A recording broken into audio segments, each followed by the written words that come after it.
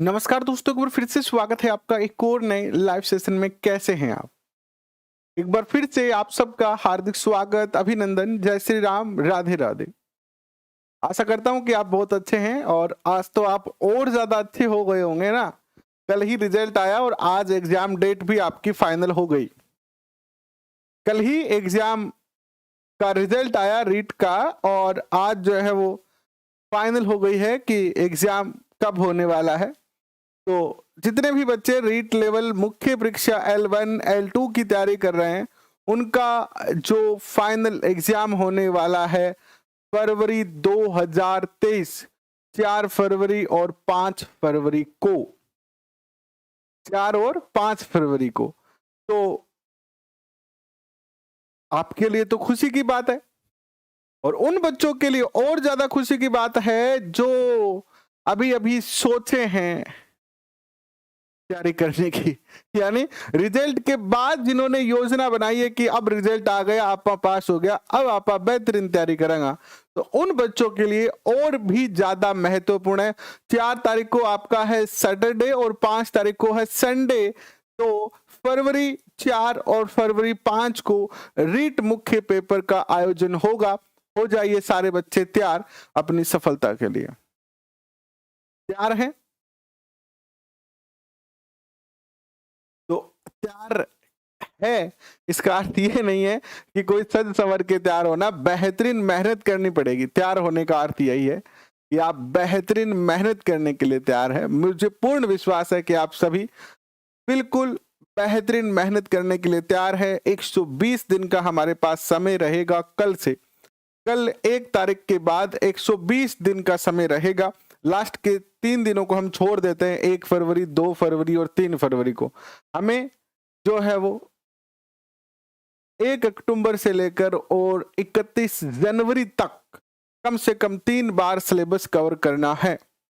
जो बच्चे कल से तैयारी करेंगे और जो बच्चे मेरे साथ पिछले महीने से तैयारी कर रहे हैं, उन बच्चों का कम से कम 4 बार सिलेबस कवर हो जाएगा। यानी 1 बार डिटेल सिलेबस प्लस 3 बार रिवीजन।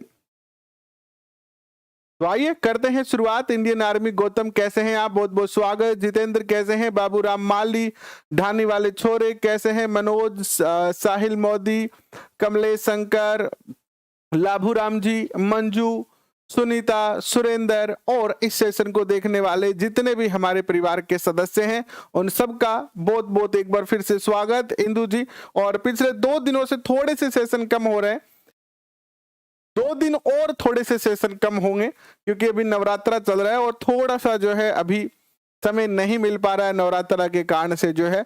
इसीलिए आपका आज जो है 2 टॉपिक, 2 सेशन हुए ही नहीं, ना ही तो 12 बजे वाला हुआ और ना ही जो है वो 3 बजे वाला हुआ। लेकिन बहुत ही जल्दी सारे सेशन हम शुरू करेंगे। यानी नवरात्रा, दशहरा, दशहरे के बाद अपनी पूरी क्लासें जो है ऑन द टाइम डेली की 4 क्लासें आपकी होगी और जिसके अंदर हम पूरा सिलेबस कवर करने वाले। ऑलमोस्ट हम 45% सिलेबस कर चुके हैं, बाकी बचे हुए सिलेबस को भी हम इसी यानी अक्टूबर में पूरा कर लेंगे। ये आपसे पूर्ण रूप से मेरा वादा है। 1-2 दिन ऊपर नीचे हो जाए तो बात अलग है। उसके बाद अपने पास 3 महीने और बचेंगे और उन 3 महीनों में 3 बार आपको फिर से रिवीजन जो है हम करवा देंगे। तो चलिए करते हैं शुरुआत आज के सेशन की। और L2 की अगर आप तैयारी कर रहे हैं SST से, तो आपका एक टॉपिक आता है भारत की संघीय व्यवस्था, केंद्र राज्य संबंध।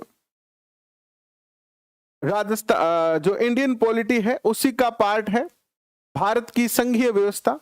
ये टॉपिक पिछले 3 दिनों से हम पेंडिंग लेके चल रहे हैं और क्लास नहीं हो पाई। कल रिजल्ट की चर्चा करने लगे और परसों क्लास नहीं हो पाई।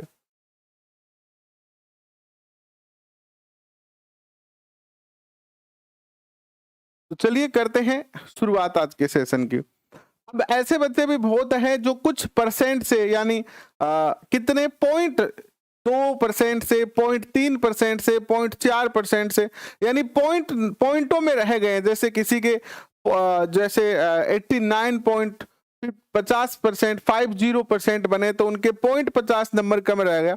तो देखिए अब रिजल्ट तो बदलेगा नहीं बिना कोर्ट में जाए, और कोर्ट में जाने की कोई ऐसी संभावना है नहीं क्योंकि बहुत सारे बच्चे इस चीज से परेशान है नहीं। तो अभी आप जिन बच्चों का रीट नहीं हो पाया है, निराश ना हो और सेकंड ग्रेड की तैयारी में आप जुट जाएं, बाकी समय बर्बाद करने से ज्यादा अच्छा रहेगा क्योंकि सेकंड ग्रेड आपके पास एक बहुत ही बेहतरीन ऑप्शन बचता है। ठीक है, आइए चर्चा करते हैं। थोड़ा सा मैं लिख के लेके आया हूं, बाकी हम यहीं पे लिख के चर्चा करेंगे। देखिए क्या है ये टॉपिक, संघवाद क्या है।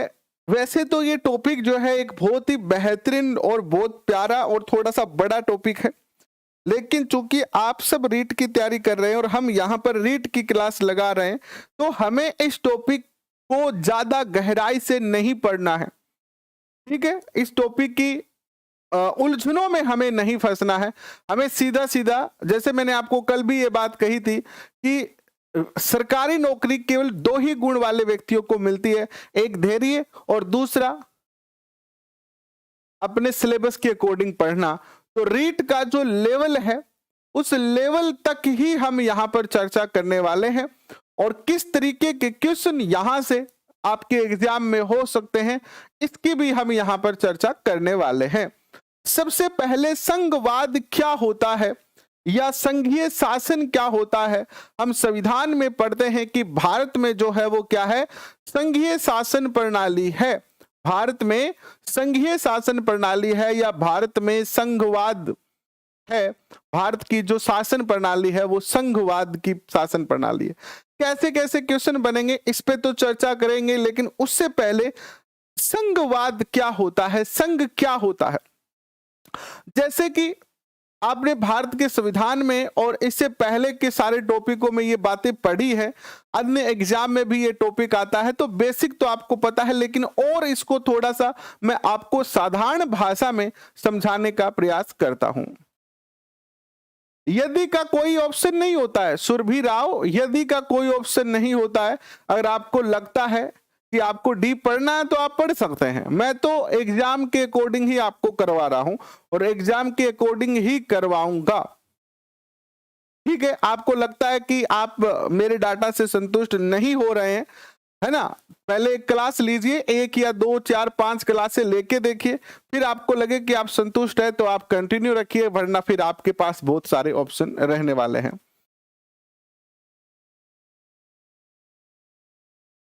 तो क्या चर्चा कर रहे थे कि संघवाद क्या होता है।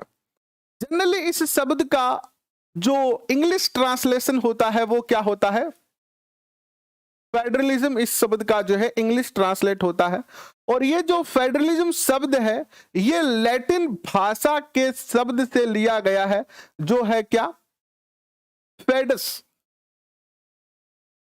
लैटिन भाषा के फेड शब्द से जो है लिया गया है, जिसका अर्थ होता है संधि या समझौता करना। क्या करना, संधि या समझौता करना। तो हम ये कह सकते हैं कि ये जो शब्द है फेडरलिज्म, इस शब्द का अर्थ जो होता है वो क्या होता है। हम ये कह सकते हैं क्या कि फेडरलिज्म जो शब्द है इसका अर्थ होता है संधि या समझौता करना। बिल्कुल होता है, बट भारत के संविधान में जब इस शब्द का प्रयोग किया गया, भारत के संविधान में जब संघवाद शब्द का प्रयोग किया गया, तो फेडरलिज्म शब्द जो है इसको नहीं लिया गया। इस फेडरलिज्म शब्द के स्थान पर हमारे भारत के संविधान में संघवाद को परिभाषित करने के लिए यूनियन शब्द लिया गया, क्योंकि जो हमारे संविधान निर्माता थे वो बहुत अच्छे तरीके से जानते थे कि अगर हम इस शब्द का प्रयोग फेडरलिज्म का करेंगे तो इसका भविष्य में कुछ भी अर्थ निकाला जा सकता है, क्योंकि फेडरलिज्म जो शब्द है इसका जो मूल अर्थ होता है वो तो होता है संधि या समझौता करना, और संधि टूट सकती है, समझौता भी टूट सकता है। और अगर इस आधार पर, इस शब्द के आधार पर भविष्य में अगर ऐसी चर्चाएं होती है कि भारत जो है एक फेडरलिज्म वाला देश है, तो हो सकता है कि यहाँ के राज्य इस समझौते को तोड़ने का प्रयास करे। तो हमारे भारत के संविधान में जो संघवाद शब्द है इसका इंग्लिश जो लिया गया है वो यूनियन लिया गया है, यूनियन, यूनियन यूनियन शब्द का जो है वो प्रयोग किया गया है। ठीक है, तो क्वेश्चन पूछा जा सकता है कि भारत के संविधान में संघवाद के लिए किस शब्द का प्रयोग किया गया है? इंग्लिश में तो यूनियन शब्द का प्रयोग किया गया है, न कि फेडरलिज्म शब्द का प्रयोग किया गया है। क्योंकि फेडरलिज्म मेन क्या होता है? समझौता करना, और समझौते हमेशा क्या हो सकते हैं? टूट सकते हैं। अब कहोगे गुरुजी तो समझौता शब्द में दिक्कत क्या थी? देखिए, आप सब जानते हैं कि जो भारत है, भारत क्या है? विभिन्न राज्यों का क्या है? समूह है। भारत में बहुत सारे, वर्तमान में 28 राज्य हैं। ठीक है, तो ये राज्यों का क्या है? समूह है। अगर इस कंडीशन में, क्योंकि भारत क्या है? राज्यों का एक समूह है, छोटे छोटे राज्य बन के क्या बना है? भारत बना है। और अगर हम यहां समझौता शब्द का प्रयोग करते हैं तो कोई भी राज्य ये कह दे कि जी हम तो इस समझौते को नहीं मानना चाहते। लेकिन भारत का संविधान ये कहता है, भारत का संविधान ये कहता है कि किसी भी राज्य को संघ से बाहर जाने की अनुमति नहीं है। कोई भी राज्य ऐसी शक्ति नहीं देता है संविधान किसी भी राज्य को कि वो संघ से बाहर हो जाए, यानी वो भारत से बाहर हो जाए। इस तरीके की कोई शक्ति जो है वो नहीं देता है। इस पे चर्चा करते हैं आगे, लेकिन उससे पहले एक क्वेश्चन पूछा जा सकता है कि ये जो संघवाद शब्द हमने लिया है वो कहां से लिया है? किस देश के संविधान से लिया है? तो ये जो शब्द है वो कनाडा के संविधान से हमने लिया है।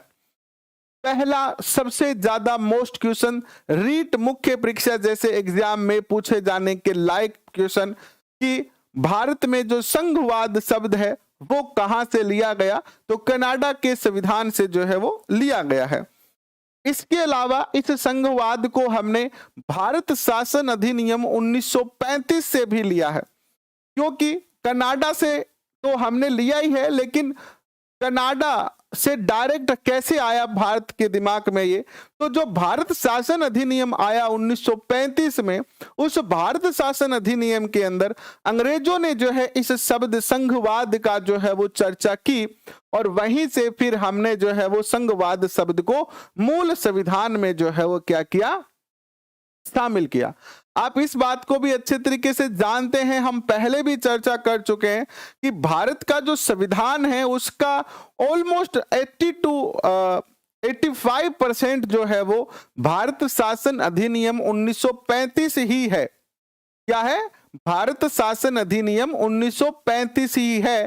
तो यहीं से ये जो शब्द है वो आता है। लेकिन हमसे पूछा जाए पेपर में कि हमने कहां से लिया है, तो हम कहेंगे जी कनाडा से लिया है हमने। क्वेश्चन पूछा जा सकता है कि संघवाद का अंग्रेजी रूपांतरण क्या है, या संघवाद शब्द किस भाषा के शब्द से बना है? तो लैटिन भाषा के शब्द से बना है। इसके बाद संविधान के भाग 1, संविधान का जो भाग 1 है, संविधान का जो भाग 1 है और अनुच्छेद 1 से 4 तक जो है वो संघवाद की चर्चा की गई है।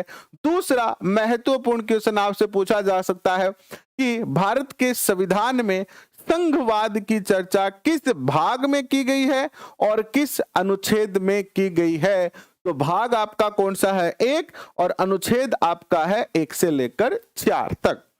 इसके बाद देखिए एक परिभाषा देख लेते हैं। वैसे तो बहुत सारी परिभाषाएं हैं, अलग अलग विद्वानों ने संघवाद की अपने अपने तरीके से जो है भारतीय संघवाद की अलग अलग परिभाषा दी है, लेकिन यहां हम एक ही परिभाषा पढ़ रहे हैं जो कि भारत के संविधान में दी गई है। और भारत का संविधान ये कहता है संघवाद के बारे में कि संघीय व्यवस्था एक ऐसी प्रणाली है, संघीय व्यवस्था एक ऐसी प्रणाली है जिसमें केंद्रीय और प्रांतीय सरकारें संविधान की संप्रभु शक्ति के अधीन होती है तथा अपने अपने क्षेत्र में कानून बना सकती है। थोड़ा सा और विश्लेषण करें हम संघवाद का, तो हम क्या कह सकते हैं? संघवाद का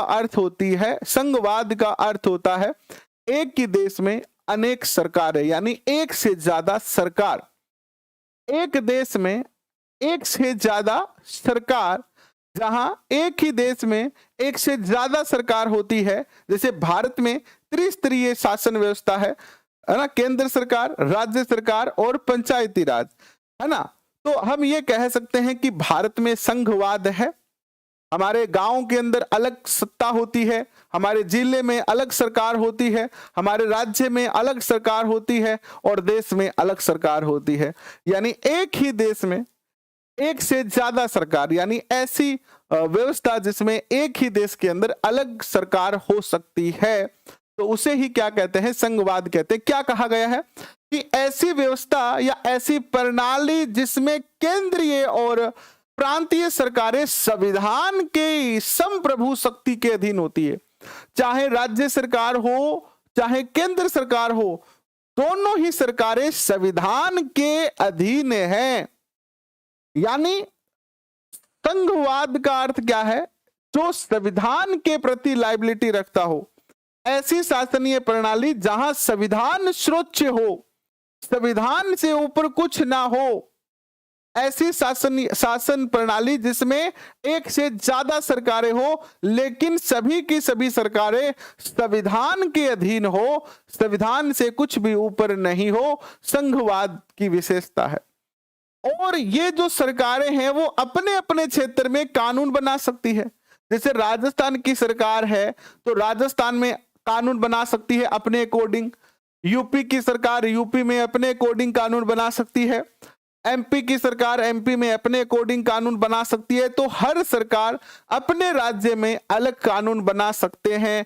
भारत की केंद्रीय सत्ता जो है, यानी केंद्र जो है, वो भी कानून बना सकता है। यानी केंद्र सरकार अपने विषयों के अकॉर्डिंग कानून बना सकता है, विधि बना सकता है, और राज्य सरकार अपने विषयों के अकॉर्डिंग जो है वो कानून का निर्माण कर सकते हैं। अपना अपना कानून बना सकते हैं। यही तो कहा आपने। एक सूची पढ़ी है, आगे पढ़ेंगे हम। संघ सूची, राज्य सूची और समवर्ती सूची। जो विषय संघ सूची के होते हैं उनमें कानून कौन बना सकता है? केंद्र सरकार बना सकती है। जो विषय संघ सूची राज्य सूची के होते हैं उन राज्य सूची के विषय पर कानून बनाने का अधिकार किसको है? राज्य सरकार को है। देखते होंगे आप न्यूज में कि यूपी में अगर कोई व्यक्ति दंगा करता है, सरकारी संपत्ति को, सार्वजनिक संपत्ति को नुकसान पहुंचाता है, तो वहां की सरकार उनके घरों को भी तोड़ देती है, या फिर उनके परिवार वालों से जितना भी उन्होंने सरकारी संपत्ति, सार्वजनिक संपत्ति को नुकसान पहुंचाया है उनसे वसूला जाता है, उनकी संपत्ति को बेचकर वसूला जाता है। जबकि राजस्थान में ये रूल नहीं है, नहीं है ना। तो हर राज्य के पास अपने अपने विषयों के अकॉर्डिंग अपने अपने कानून बनाने का अधिकार है। राज्य की सूची के अनुसार राज्य कानून बनाएंगे, संघ सूची के विषयों पर संघ जो है यानी भारत की जो केंद्रीय सत्ता है वो कानून बनाएगी। अब थोड़ा सा आगे चलते हैं। जहां आपको लगे कि समझ में नहीं आया है वहां आप जरूर कमेंट कीजिएगा। ज्यादातर जो बच्चे हैं वो तो फालतू के कमेंट ही कर रहे हैं, आपस में बातें ही कर रहे हैं, इसीलिए कभी कभी पढ़ाने का मन नहीं करता है। क्योंकि सीरियस होके जब तक नहीं पढ़ोगे ना तब तक माहौल क्रिएट नहीं हो पाता। आप अपनी बातों में लगे रहेंगे, है ना, जानकारी निकालते रहना, फालतू के कमेंट करते रहना कतई अच्छा नहीं लगता है भाई। देखो अनुच्छेद 1 क्या कहता है? अनुच्छेद 1 कहता है कि भारत अर्थात इंडिया राज्यों का संघ है। आपसे क्वेश्चन कैसे पूछा जाएगा? अभी एक बच्चा कमेंट कर रहा था कि सर अगर अधीनस्थ बोर्ड डीप क्वेश्चन पूछ लेता है, कोई गहराई वाला क्वेश्चन पूछ लेता है, तो फिर क्या करेंगे? तो हम ऐसे नहीं है कि आपको क्लास करवा रहे हैं कि फॉर्मेलिटी करवा दी, ऊपर की 4 लाइनें आपको पढ़ा देंगे और कहेंगे ये लो टॉपिक हो गया। ऐसा नहीं है। हर एग्जाम का एक लेवल होता है ना, हर एग्जाम का एक लेवल होता है और कहां तक पढ़ना है इसको बहुत ज्यादा विश्लेषण करने के बाद ही सेशन बनाया जाता है। पिछले 4 दिनों से सेशन नहीं हुआ, ये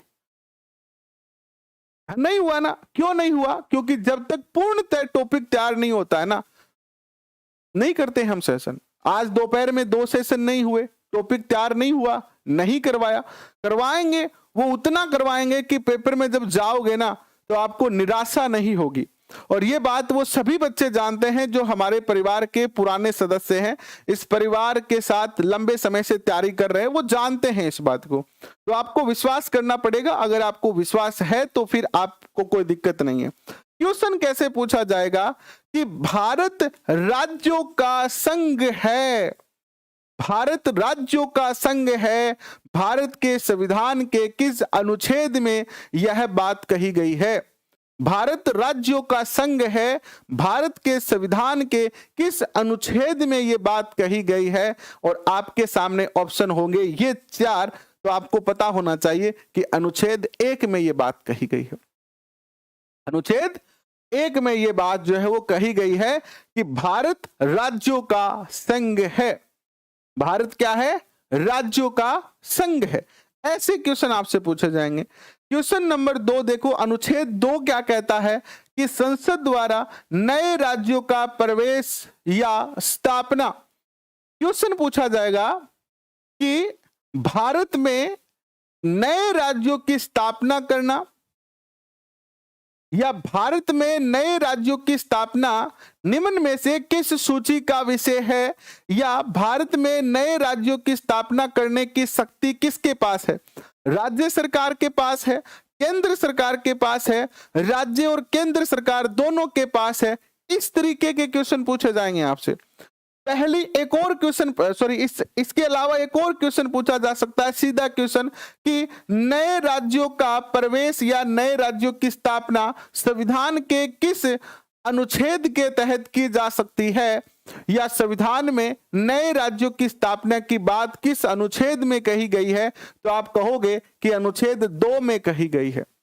अनुच्छेद 2 ये कहता है कि नए राज्यों की स्थापना की जा सकती है। नए राज्यों की स्थापना का विषय किसका है? संघ सूची का है, यानी केंद्र सरकार तय कर सकती है कि कोई राज्य की सीमा कितनी हो। मान लीजिए कि कल को केंद्र सरकार को ऐसा लगे कि राजस्थान जो है वो बहुत बड़ा राज्य है और इसका प्रशासन चलाना, इतने बड़े राज्य को संभालना थोड़ा कठिन हो रहा है, तो अगर चाहे तो केंद्र सरकार इस राज्य को 2 भागों में डिवाइड कर सकता है कि नहीं कर सकता? इससे पहले हुए हैं, बहुत सारे राज्य हुए हैं। एक राज्य को 2 भागों में डिवाइड किया गया, कुछ राज्य के थोड़े थोड़े भागों को मिलाकर एक राज्य बनाया गया। इस तरीके के कार्य कौन कर सकता है? केंद्र सरकार कर सकती है। इसके बाद देखिएगा, अनुच्छेद 3 ये कहता है कि नए राज्यों का गठन करना, राज्यों के क्षेत्रों, सीमाओं व नाम में परिवर्तन करना। किसी राज्य की सीमा कितनी होगी, उसका क्षेत्र कितना होगा, उसका नाम क्या होगा, या उसके नाम में कोई परिवर्तन की आवश्यकता है क्या?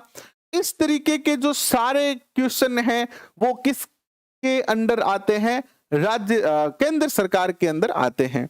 तो नए राज्यों का गठन, राज्यों के क्षेत्र, सीमा और नाम परिवर्तन संविधान के अनुच्छेद 3 के अंदर जो है वो चर्चा की गई है। और चौथा अनुच्छेद जो कि संघवाद का अंतिम अनुच्छेद है, ये कहता है कि अनुच्छेद 2 और अनुच्छेद 3 ये सभी जो बदलाव है अनुच्छेद 2 में और 3 में जो बात कही गई है, इसको लागू करने के लिए संसद के अंदर एक विधेयक लाना पड़ेगा जिसे साधारण विधेयक कहेंगे। यानी अगर किसी राज्य का नाम परिवर्तित करना है, अगर किसी राज्य का सीमा विस्तार कम करना है या बढ़ाना है, या कोई नया राज्य बनाना है, ऐसी कंडीशन में आप संसद में एक साधारण विधेयक लाकर जो है वो क्या कर सकते हो? इन कार्यों को पूर्ण कर सकते हो। इसके लिए आपको विशेष संविधान स्तर की आवश्यकता नहीं होगी। आप साधारण विधेयक में, विशेष विधेयक की आवश्यकता नहीं है, साधारण विधेयक में भी ऐसा कार्य जो है वो कर सकते हो। याद रखने वाली बातें क्या हैं? कैसे क्वेश्चन पूछे जाएंगे? क्वेश्चन कठिन कब लगने लगते हैं? देखो, क्वेश्चन पूछा जाएगा आपसे कि भारत सरकार को किसी राज्य के नाम में परिवर्तन करना है, भारत सरकार को संविधान के अनुच्छेद 3 के तहत किसी राज्य के नाम में परिवर्तन करना है, तो इसके लिए संसद में किस विधेयक के द्वारा यह कार्य पूर्ण किया जाएगा? साधारण विधेयक, धन विधेयक, विशेष विधेयक, या उपरोक्त में से कोई नहीं, या फिर उपरोक्त सभी। इस तरीके के ऑप्शन जो है दे दिए जाएंगे आपसे। तो आपको पता होना चाहिए कि अगर नाम परिवर्तन करना है, अगर राज्य की सीमा को बड़ा छोटा करना है, अगर क्षेत्र को जो है वो बढ़ाना या घटाना है, या कोई नया राज्य बनाना है, तो ऐसे कंडीशन में संसद के अंदर जो लाया जाएगा वो साधारण विधेयक लाया जाएगा, और साधारण विधेयक के द्वारा जो है यह कार्य आसानी से किया जा सकता है। ठीक है, ऐसे क्वेश्चन आपसे पूछे जाएंगे। अब तक हमने पढ़ा कि संघवाद जो शब्द है वो हमने कनाडा से लिया। भारत में जो शब्द प्रयोग किया जाता है यूनियन किया जाता है। बाकी संघवाद का जो अर्थ होता है वो होता है फेडरलिज्म, जो कि लैटिन भाषा के फेडस शब्द से बना है, जिसका अर्थ होता है संधि समझौता। कनाडा से हमने लिया, अनुच्छेद 1 से 4 तक होता है और संविधान के भाग 1 में होता है। इसके बाद देखिए थोड़ा सा और आगे बढ़ने का प्रयास करते हैं, हम थोड़ी सी तुलना करते हैं। एनसीईआरटी में इस तरीके की तुलना की गई है। भारत के संघवाद की तुलना दो चीजों से की गई है। एक तो अमेरिका के अंदर जो एकात्मक सरकार है, या अमेरिका के अंदर जो एकात्मक शासन व्यवस्था है, उसके साथ तुलना की गई है, और दूसरी तुलना की गई है कनाडा के संघवाद संघात्मक सरकार से इसकी जो है तुलना की गई है। यानी जब संविधान का विश्लेषण किया गया तो अलग अलग विद्वानों ने अपनी अपनी राय दी कि भारत जो है, भारत में ना ही तो पूर्णतः संघवाद है, ना ही तो भारत में पूर्णतः संघीय शासन है, और ना ही भारत में पूर्णतः एकात्मक शासन है। यानी बाद में जिन विद्वानों ने भारत के संविधान का विश्लेषण किया, उन सभी विद्वानों ने जो है वो अपनी अपनी बातों को रखते हुए यह विश्लेषण किया कि भारत के अंदर जो संघीय व्यवस्था है वो एकात्मक और संघात्मक दोनों का मिला जुला रूप है। और इन्होंने अपने अपने तर्क के माध्यम से हमें समझाने का प्रयास किया कि किस प्रकार हम ये कह सकते हैं कि भारत में संघवाद है या संघात्मक सरकार है, और किस कंडीशन में भारत में एकात्मक सरकार बन जाती है। देखो, अगर सामान्य कंडीशन है, जैसे अभी हमारे देश के हालात क्या है, सामान्य है, सामान्य है। पूरे देश के अंदर हर राज्य की सरकार अपना अपना कार्य कर रही है। कहीं पर कांग्रेस का शासन है, कहीं आम आदमी पार्टी का शासन है, किसी न किसी राज्य में कोई ना कोई सरकार चल रही है। केंद्र के अंदर एक सरकार चल रही है, केंद्र अपना कार्य कर रही है, राज्य अपना कार्य कर रही है। तो यह जो विशेषता है कि केंद्र अपना कार्य कर रही है, राज्य अपने कार्य कर रहे हैं, यह जो विशेषता है यह संघात्मक सरकार की विशेषता है। लेकिन थोड़ा सा हम पीछे जाते हैं, हम याद करते हैं, हालांकि बुरी चीजें याद नहीं करनी चाहिए, लेकिन उदाहरण के लिए हम याद कर रहे हैं। दुखद अनुभव को याद नहीं करना चाहिए, मनोविज्ञान यही कहता है, क्योंकि हम दुखी हो जाते हैं। लेकिन याद करो 2019 का वो कोविड काल, जब जो गलियां हैं वो सुनसान हो गई थी, पूरा देश खाली खाली नजर आने लगा था, सड़कें सुनसान, केवल पुलिस की गाड़ी के सायरन सुनते थे। हमें पुलिस की गाड़ी के क्या सुनते थे? सायरन सुनते थे। उस कंडीशन की याद करो आप, याद आ रहा है आपको? तो उस कंडीशन में आपने देखा होगा कि पूरी की पूरी जो शक्ति है वो केंद्र सरकार ने अपने हाथों में ले ली थी।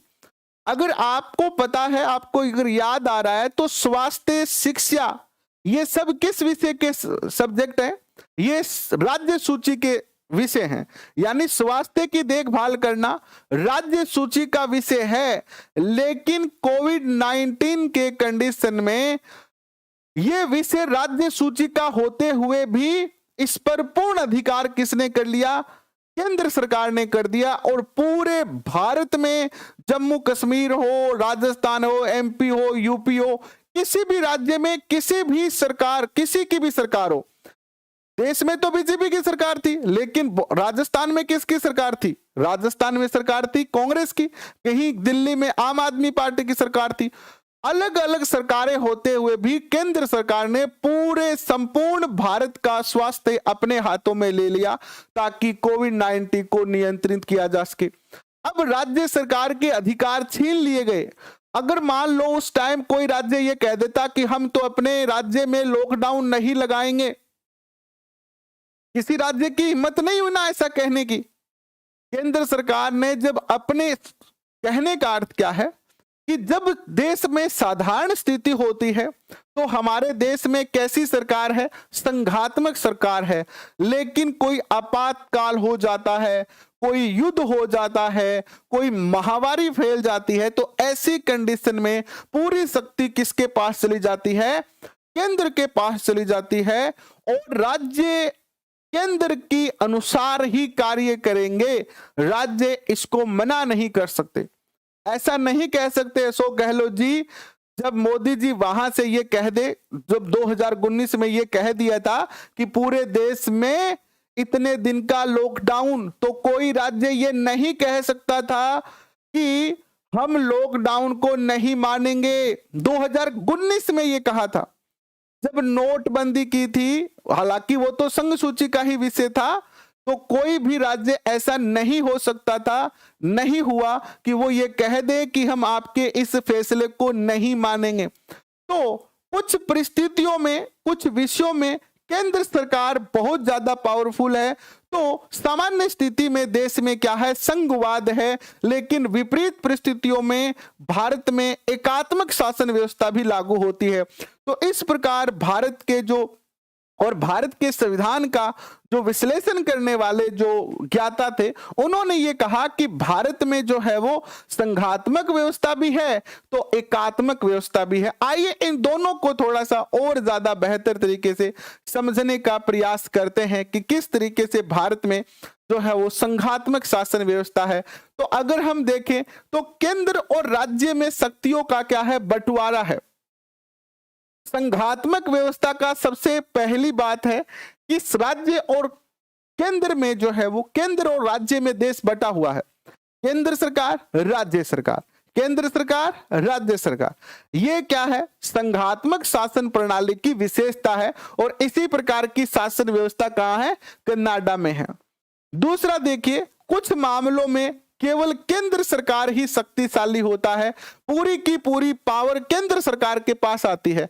जैसे एक छोटा सा उदाहरण मैं और देता हूं कि हमारे एक बिल आया था, नागरिकता वाला बिल आया था ना एक, जिसमें कुछ पाकिस्तान से आए हुए जो भारतीय थे, जो पाकिस्तान से आए थे, उनको नागरिकता दी गई थी ना। तो उस टाइम भी उसका बड़ा विरोध हुआ है ना, कई राज्यों ने भी विरोध करने का प्रयास किया, लेकिन फिर उनको बाद में जब संविधान को उन्होंने देखा तो उनको लगा कि अरे अपन ने तो गलत कर दिया।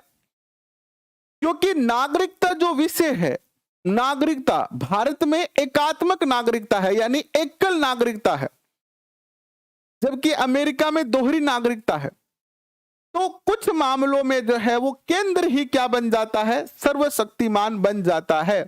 तो एकात्मक जो शासन व्यवस्था होगी वहां पर केंद्र ज्यादा शक्तिशाली होगा, संघात्मक जहां शासन व्यवस्था होगी वहां केंद्र और राज्य दोनों शक्तिशाली होंगे। क्वेश्चन पूछा जा सकता है, निम्न में से कौन सी विशेषता, क्वेश्चन कैसे पूछा जा सकता है?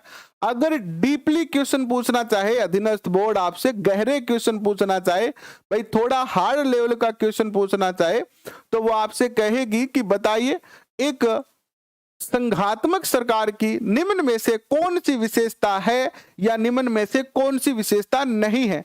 तो देखिए, संघात्मक जो सरकार होती है उसमें संविधान ही सर्वोच्च होता है, यानी संविधान की सर्वोच्चता होती है। चाहे केंद्र सरकार हो चाहे राज्य सरकार हो, संविधान से ऊपर कोई नहीं है। और भारत में संविधान से ऊपर कोई नहीं है, हमें संविधान को मानना ही पड़ेगा। हालांकि संविधान में भी संशोधन करने के प्रावधान है कि हम चाहें तो संविधान में संशोधन कर सकते हैं, लेकिन फिर भी वो संशोधन भी संवैधानिक प्रक्रिया से ही होगा। इसको मैं और साधारण भाषा में समझाता हूं आपको। संघवाद क्या है? एक संयुक्त परिवार है। संघवाद क्या है? एक संयुक्त परिवार है। संघवाद को आप किससे तुलना कर सकते हो? संयुक्त परिवार, जिसमें क्या है, दादाजी हैं, दादाजी के 3 बेटे हैं, उन 3 बेटों की बहुएं हैं और उनके भी बच्चे हैं। सारे कार्य, चाहे बड़ा बेटा हो, छोटा बेटा हो, मझला बेटा हो, सब दादाजी की परमिशन से ही कार्य करते हैं। लेकिन तीनों अपने अपनी तरीके से अपना अपना घर चला रहे हैं, एक ही परिवार में, संयुक्त परिवार में रह रहे हैं। निगरानी किसकी है? दादाजी की है। घर में कोई आएगा, घर से कोई जाएगा तो दादाजी की नजर रहेगी, और जो भी कार्य होगा दादाजी के अनुसार ही होगा, दादाजी से चर्चा की जाएगी। लेकिन फिर भी तीनों जो भाई है वो बड़े सुखी सुखी रह रहे हैं और दादाजी के सानिध्य में जी रहे हैं। ठीक है, ये क्या है? संघात्मक सरकार है। जबकि केंद्र सरकार, जो एकात्मक सरकार होती है, वो होता है एकल परिवार, जिसमें या तो पत्नी की चलती है या पति की चलती है, या तो पत्नी की चलती है या पति की चलती है।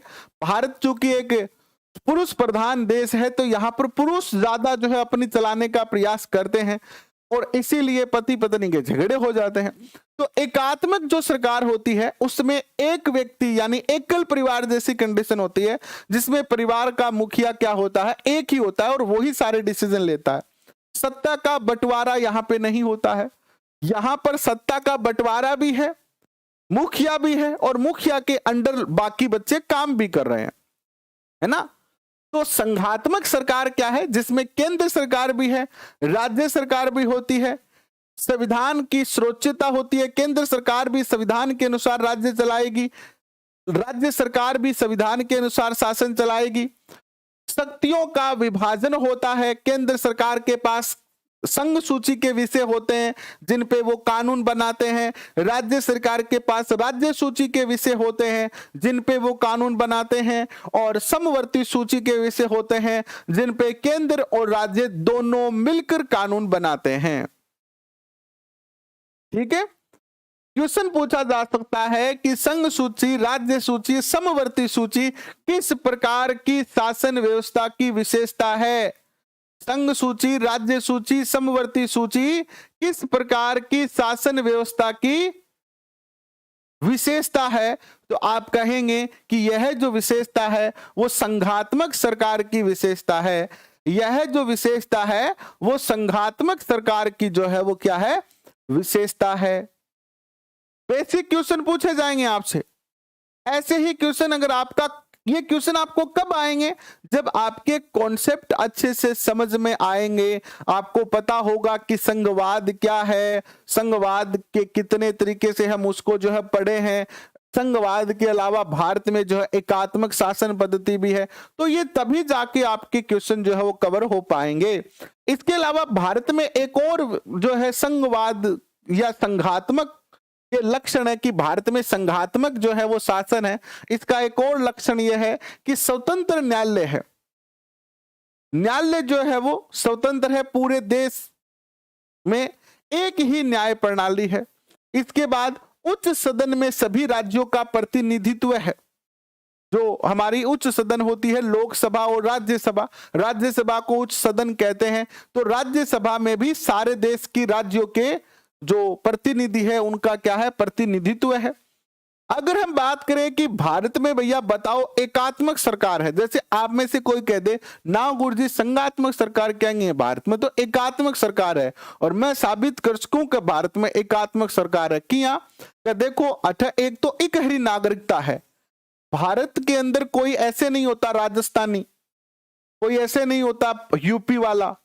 भारत में जो है वो ऐसे नहीं कह सकते हम केवल एक ही बात कहते हैं, इंडियन, वी आर इंडियन, हम भारत के नागरिक हैं।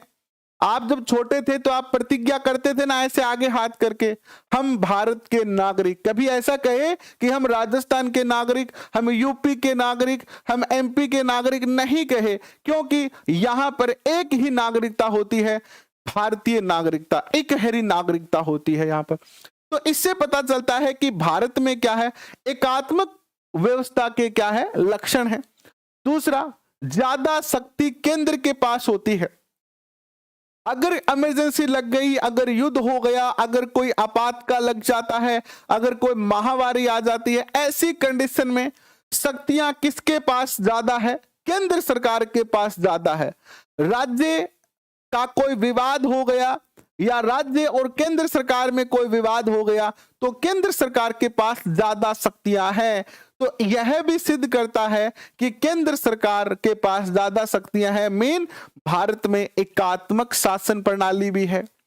इसके अलावा एक संविधान, पूरे देश को एक ही संविधान मानना पड़ रहा है, चाहे आप एमपी में रह रहे हो, यूपी में रह रहे हो, कर्नाटक में रह रहे हो, कहीं पर भी रह रहे हो, आपको एक ही संविधान के अनुसार शासन करना पड़ेगा।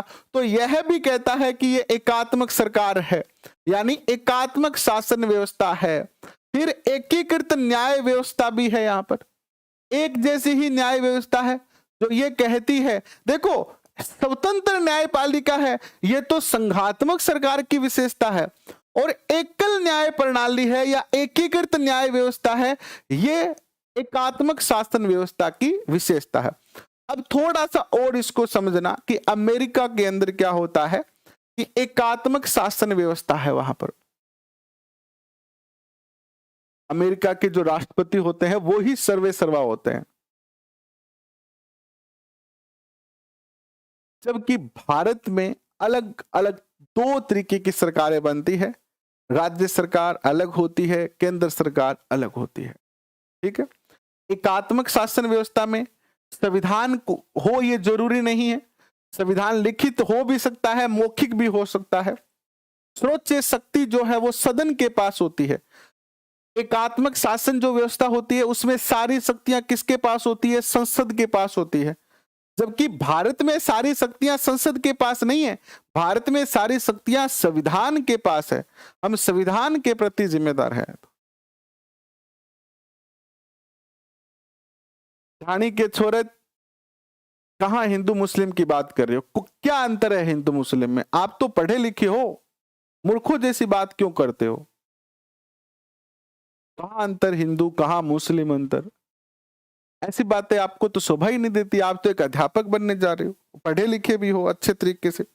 नेक्स्ट देखिए, ये हो गया आपका भारत की संघीय व्यवस्था। अब हम कल चर्चा करेंगे केंद्र व राज्यों के संबंध के बारे में। हम क्या चर्चा करेंगे कल? केंद्र व राज्यों के संबंध के बारे में हम चर्चा करेंगे कल।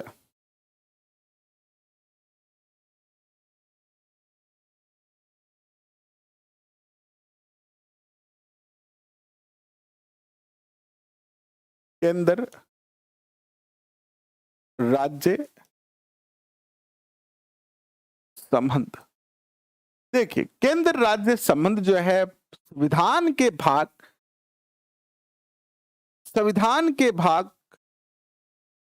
संविधान के अनुच्छेद 245 से लेकर और 291 तक दिए गए हैं। ठीक है, तो कल इस पे और ज्यादा चर्चा करेंगे अपन। कल ये टॉपिक पूरा हो जाएगा आपका संघीय शासन व्यवस्था। कल हम चर्चा करेंगे कि केंद्र सरकार और राज्य सरकार के मध्य कौन कौन से संबंध हैं। इनकी तीनों जो सूचियां हैं, संघ सूची, राज्य सूची, समवर्ती सूची, इसकी चर्चा करेंगे। जनरली इसको 3 भागों में डिवाइड करके पढ़ेंगे। विधायी संबंध कैसे हैं, प्रशासनिक संबंध कैसे हैं और वित्तीय संबंध कैसे हैं, इन सब की चर्चा हम जो है वो कल वाले सेशन में करने वाले हैं। और जैसे ही नवरात्रा खत्म होते हैं उसके बाद और ज्यादा बेहतरीन तरीके से क्लास शुरू कर देंगे, यानी ज्यादा लंबी क्लासेस शुरू कर देंगे। और वैसे अपन टाइम के अकॉर्डिंग चल रहे हैं, कोई 5-7 दिन ऊपर नीचे हो सकते हैं, उतना दिन अपने बढ़ गए हैं। पहले अपने पास 90 दिन थे और अभी अपने पास 120 दिन हो चुके हैं। तो आराम से अपन इतना, देखो एक तो आप कितना पढ़ें, ये भी कुछ बच्चों के कंफ्यूजन है ना। देखो, एक तो बच्चे ऐसे पढ़ते हैं कि कोई भी मार्केट से गाइड लेके आए, उसको खोला और पढ़ना शुरू कर दिया। आप चाहे कितना भी पढ़ लो, कभी सिलेक्शन नहीं होगा, ऐसे सिलेक्शन नहीं होगा। इस तरीके से पढ़ेंगे तो कभी भी आपको सफलता नहीं मिल पाएगी। तो गुरुजी किया पढ़ना फिर थे बता दो, मैं तो यही पढ़ता आया। ओके, बट नए थारकन कौन सो नया तरीको है। देखो, पढ़ने का सही तरीका है, आप अपने एग्जाम के सिलेबस को समझो और सिलेबस आपसे क्या चाहता है उसको समझना है हमें। ठीक है, हमें, मैं कल कह रहा था कि अभी ये समय विषय विशेषज्ञ बनने का नहीं है। क्या नहीं है? विषय विशेषज्ञ बनने का नहीं है। ये समय है अपने एग्जाम के टॉपिक को कवर करने का, और उतना कवर करने का जहां से क्वेश्चन आते हैं। अभी हमारा दिमाग केवल हर चीज में क्वेश्चन ढूंढने वाला होना चाहिए। जो भी पढ़ रहे हो ना, उसमें ये देखो कि इस लाइन में क्या क्वेश्चन बन सकता है, इस लाइन में क्या क्वेश्चन बन सकता है। जितना ज्यादा आप क्वेश्चन को माइंड में रखते हुए टॉपिक को पढ़ोगे, उतने ही ज्यादा आपके दिमाग में क्वेश्चन बनते जाएंगे, और क्वेश्चन बनते जाएंगे तो आप स्वतः ही जो है वो नोट्स, कई बच्चे कहते हैं गुरुजी नोट्स बनानो मारपा तो बनेगा नहीं, एनसीईआरटी का नोट्स तो मारपा। मैंने आपको एनसीईआरटी 6 से 10 तक के वन लाइनर क्वेश्चन दिए। हर चीज में, हर लाइन में आपको क्वेश्चन ढूंढना पड़ेगा। अगर इस संघवाद की बात करें तो ये संघवाद जो है वो 3-4 दिन तक हम पढ़ सकते हैं, अगर इसका और ज्यादा विश्लेषण करते जाएं तो। लेकिन हम यूपीएससी की तैयारी तो नहीं कर रहे हैं, हम आरएस की तैयारी तो नहीं कर रहे हैं। तो हमने क्या किया, जो बातें ऐसी है जो इस एग्जाम में पूछी जा सकती है, उन सारी बातों को हम कवर करके लेके आए, ताकि टॉपिक आपके लिए पेचीदा ना हो जाए।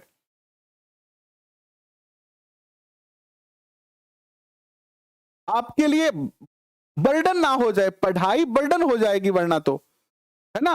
फिर आप कैसे याद कर पाओगे। मैं एक बुक देख रहा था और उसमें आज टॉपिक देख रहा था, राजस्थान के प्रमुख खिलाड़ी।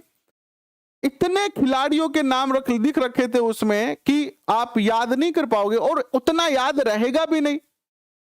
तो क्या करें, मोस्ट देखे उसमें से 2021, 22, 2020, इस समय जो खिलाड़ी हुए हैं मोस्टली, उनको याद करें। तो कल हम चर्चा करेंगे। अभी के लिए बस इतना ही। बहुत बहुत धन्यवाद। शुभ रात्रि।